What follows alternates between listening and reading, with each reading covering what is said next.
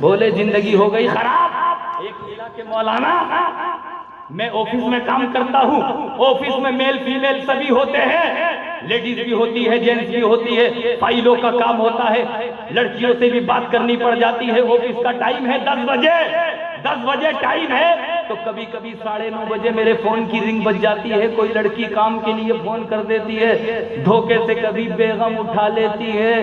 جب لیڈیز کی آواز سنتی ہیں تو ڈنڈا تیار رکھتی ہیں اور کہتی ہیں کون تھی؟ معاذ اللہ ثم معاذ اللہ. بولے زندگی ہو گئی خراب.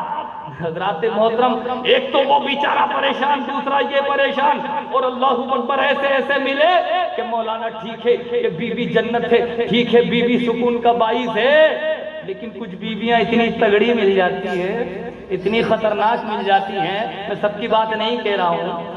حضرات محترم ماشاءاللہ سب الحمدللہ آپ نیک ہیں، ماں بہنیں بھی نیک ہیں، لیکن حضرات ہو سکتا 2-4 گھپلا کرتی ہوں، لیکن حضرات وہ برا نہ مانے. وہ نصیحت کی باتیں ہیں، میں نصیحت کی باتیں پہنچانے آیا ہوں. میرا کام ہے آپ تک پہنچانا، میرا کام ہے. حضرات آپ تو کچھ پلا کے چلے جانا. تو ایک آیا کہ مولانا شادی تو ہو گئی، لیکن حدیث میں یہ بھی تو لکھا ہے کہ ماں کی زیارت کرو.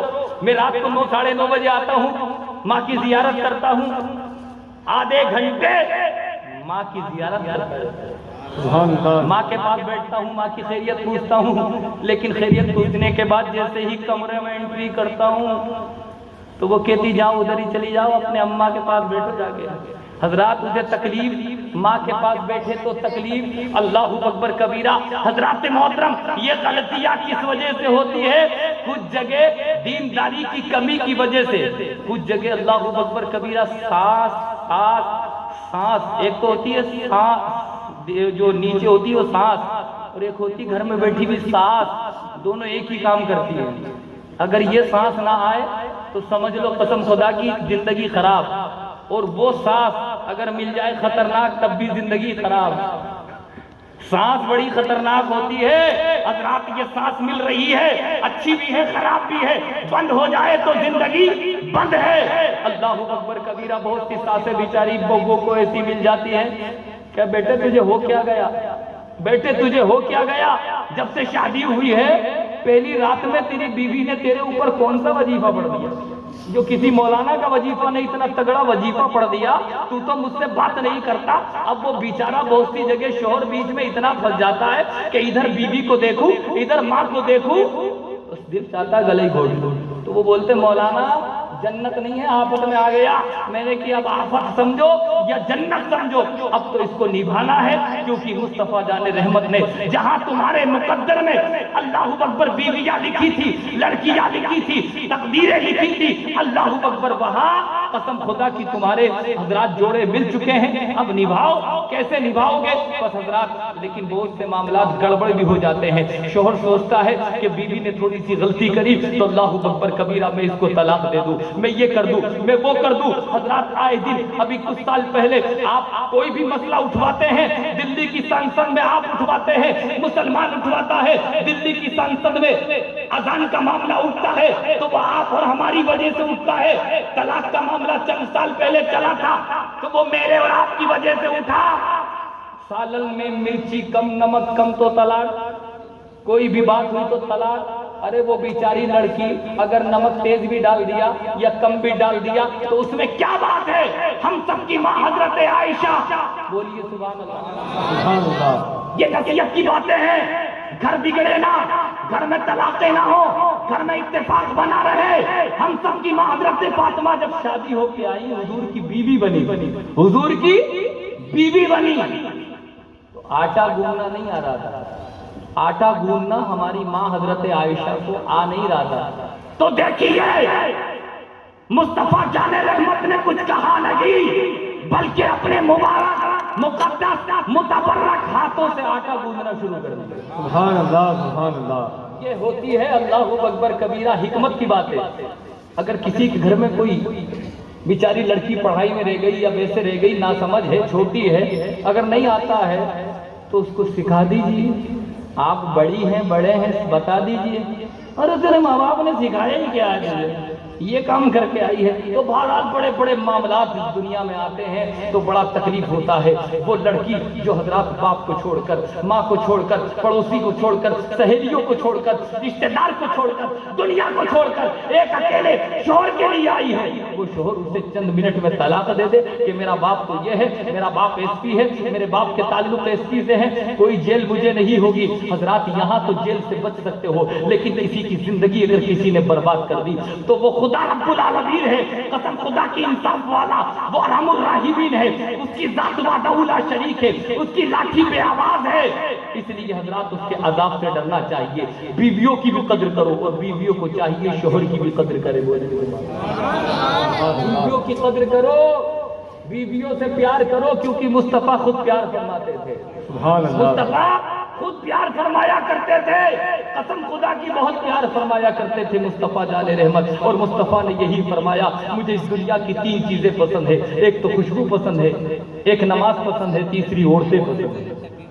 اللہ اکبر کبیرہ. اگر عورتیں نہ ہوتی تو ایک بات کہہ کے میں اپنی بات کی طرف آتا ہوں. حضرات محترم, یہ راتیں بار بار نہیں ملیں گی, یہ ملاقاتیں بار بار نہیں ملیں گی.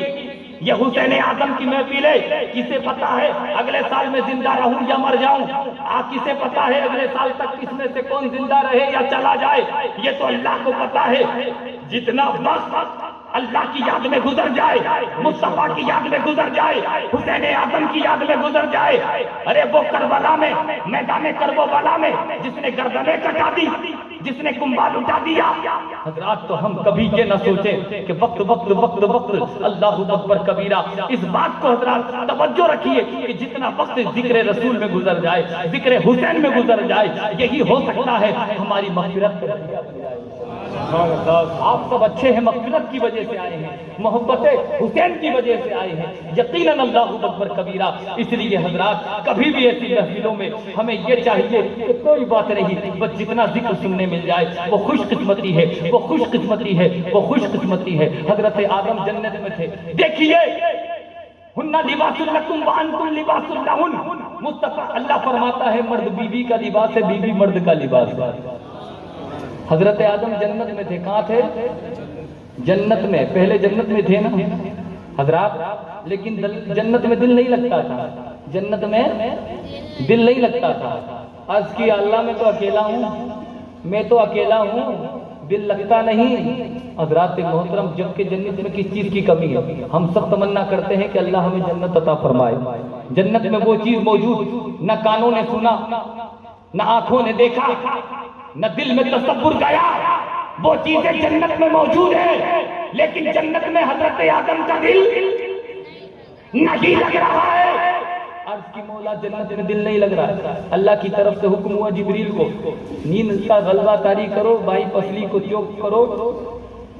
اور اس کے بعد انہوں نے یہ کام کیا, اور کام کرنے کے بعد نیند کا غلبہ طاری تھا. اس سے ہماری ماں حضرت حوا کو پیدا فرمایا. جیسے ہی ماں حوا پیدا ہوئی, جب ماں حوا پیدا ہوئی ہماری ماں, اب تک تو حضرت آدم کا دل نہیں لگ رہا تھا, لیکن ماں حوا پیدا ہو گئی تو جنت میں دل لگنے لگ گیا. تو اس کا مطلب ایک کمرے میں تم 50 لاکھ روپے لگا دو, اے سی لگا دو, فریج رکھ دو, صوفے رکھ دو, پورے اس کو اللہ اکبر سونے سے سجا دو. جب جنت میں حضرت آدم کا دل نہیں لگا تو کسی کا گھر جنت بھی بن جائے, اگر اس میں عورت نہ ہو تو وہ گھر ادھورا ہے.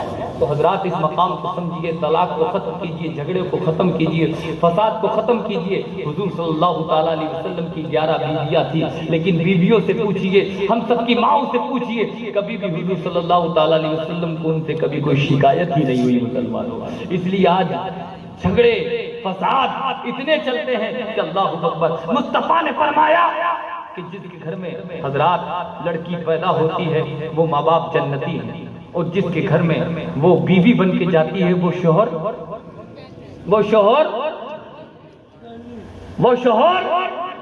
جنتی.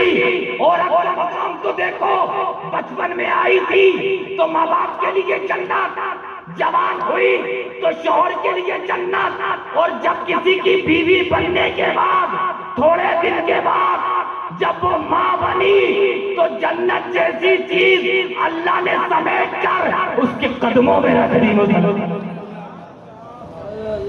اس کے قدموں میں رکھ دی۔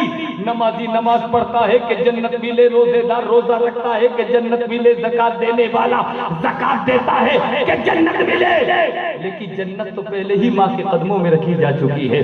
وہ مقام ہے عورت کا، اللہ اکبر۔ اس لیے حضرات مقام عورت کا بھی ہے، مقام ماں کا بھی ہے۔ وہ نوجوان جو اپنے ماں باپ کی قدر نہیں کرتے، وہ نوجوان جو اپنے باپوں کی عزت نہیں کرتے، وہ نوجوان جو اپنے باپوں کو ماں باپ کو کچھ نہیں سمجھتے، انہیں بھی چاہیے کہ جنت جیسی چیز ماں کے قدموں میں رکھ دی گئی ہے۔ کسی کا ہاتھ ہل رہا ہے، یہ میرا ہاتھ ہل رہا ہے تو یہ میرے ماں باپ ذریعہ بنے ہیں دنیا میں آنے کا۔ آپ یہاں بیٹھے ہیں تو ماں باپ ذریعہ بنے ہیں یہاں پہ آنے کا۔ کوئی ڈاکٹر بنا ہے تو ماں باپ کی وجہ سے، افسر بنا ہے تو ماں باپ کی وجہ سے، انجینئر بنا ہے تو ماں باپ کی وجہ سے۔ اور ماں باپ کو ستانے والا جو جنت ماں کے قدموں میں رکھ دی گئی ہے، تو اس ماں کے وقار کو سمجھو، ماں کی عظمت کو سمجھو، باپ کی عظمتوں کو سمجھو، کیونکہ جو جنت ماں کے قدموں میں رکھ دی گئی ہے، وہ ماں باپ کو ستانے والی اولاد اگر خانہ کعبہ میں بھی پہنچ گئی، عبادت پہ عبادت کرے، سجدے پہ سجدہ کرے، تقوی پہ تقوی کرے، لیکن اس نے ماں باپ کو ستایا تو خانہ کعبہ میں سجدے کر کر کے مر جاؤ گے، لیکن اللہ ایک سجدے کو قبول نہیں فرمائے گا۔ سجدے کو قبول فرمانا ہے تو ماں باپ کی عزت کرو۔ ایک آدمی کو میں نے دیکھا اجمیر شریف میں 5000 کی چادر، 5000 کی چادر لیے ہوئے تھا۔ حضرات محترم اندازہ کیجئے، بڑا اچھا لگ رہا تھا۔ حضرات ہم نے تعریف کر دی، بہت اچھا آدمی ہے، غریب نواز سے محبت رکھتا ہے۔ 5000 کی چادر غریب نواز کے مزار پر لے کے آیا ہے۔ میں نے کہا آدمی تجھے مبارک ہو، تو حسین کی اولاد کے دیار میں آیا ہے۔ تو ایک بولا مولانا اس کی تعریف تو آپ نے کر دی، اس کا بیک گراؤنڈ بھی آپ نے دیکھا ہے۔ میں نے کہ مجھے کیا پتا اس کا بیک گراؤنڈ چوری کرتا ہے، ڈکیتی کرتا ہے، کیا کرتا ہے۔ میں نے تو اچھی چیز کو دیکھا، میں نے کہہ دیا کہ یہ چادر لے کے آیا ہے، غریب نواز کے دیار پہ موجود ہے، ہم نے تعریف کر دی۔ کہا یہاں پہ تو یہ 5000 کی چادر کو لے کے آیا، لیکن یہ اتنا بدقسمت ہے، اس کی ماں سردی میں سسکتی رہتی ہے، روتی رہتی ہے، تکلیفیں اٹھاتی رہتی ہے۔ اس کی ماں کو کبھی 100 روپے کی چادر اس نے نصیب نہیں دلائی، 100 روپے کی چادر نہیں اڑائی۔ تو میں نے کہا لعنت ہو تجھ پر، 5000 کی چادر نہیں بلکہ اگر تو 50000 کی چادر بھی غریب نواز کی چوکھٹ پر اگر تو چڑھا دے گا تو غریب نواز تجھ سے خوش نہیں ہوں گے۔ اگر تجھے غریب نواز کو خوش کرنا ہے، فاطمہ کی اولاد کو خوش کرنا ہے، تو پہلے اپنے شہر چلا جا، شہر کے مارکیٹ میں گھوم جا، مارکیٹ سے 100 روپے کی چادر لے لے، اور چادر لینے کے بعد اس چادر کو اپنی ماں کو اڑا دے۔ قسم خدا کی وہ چادر اوڑھ کر جب تیری ماں مسکرا جائے گی، ادھر ماں مسکرائے گی، ادھر غریب نواز مسکرا جائیں گے، ادھر غریب نواز مسکرا جائیں گے تو خدا خوش ہو جائے گا۔ سبحان اللہ، نعرہ تکبیر، نعرہ رسالت، ذکر شہدائے کربلا، علماء اہل سنت۔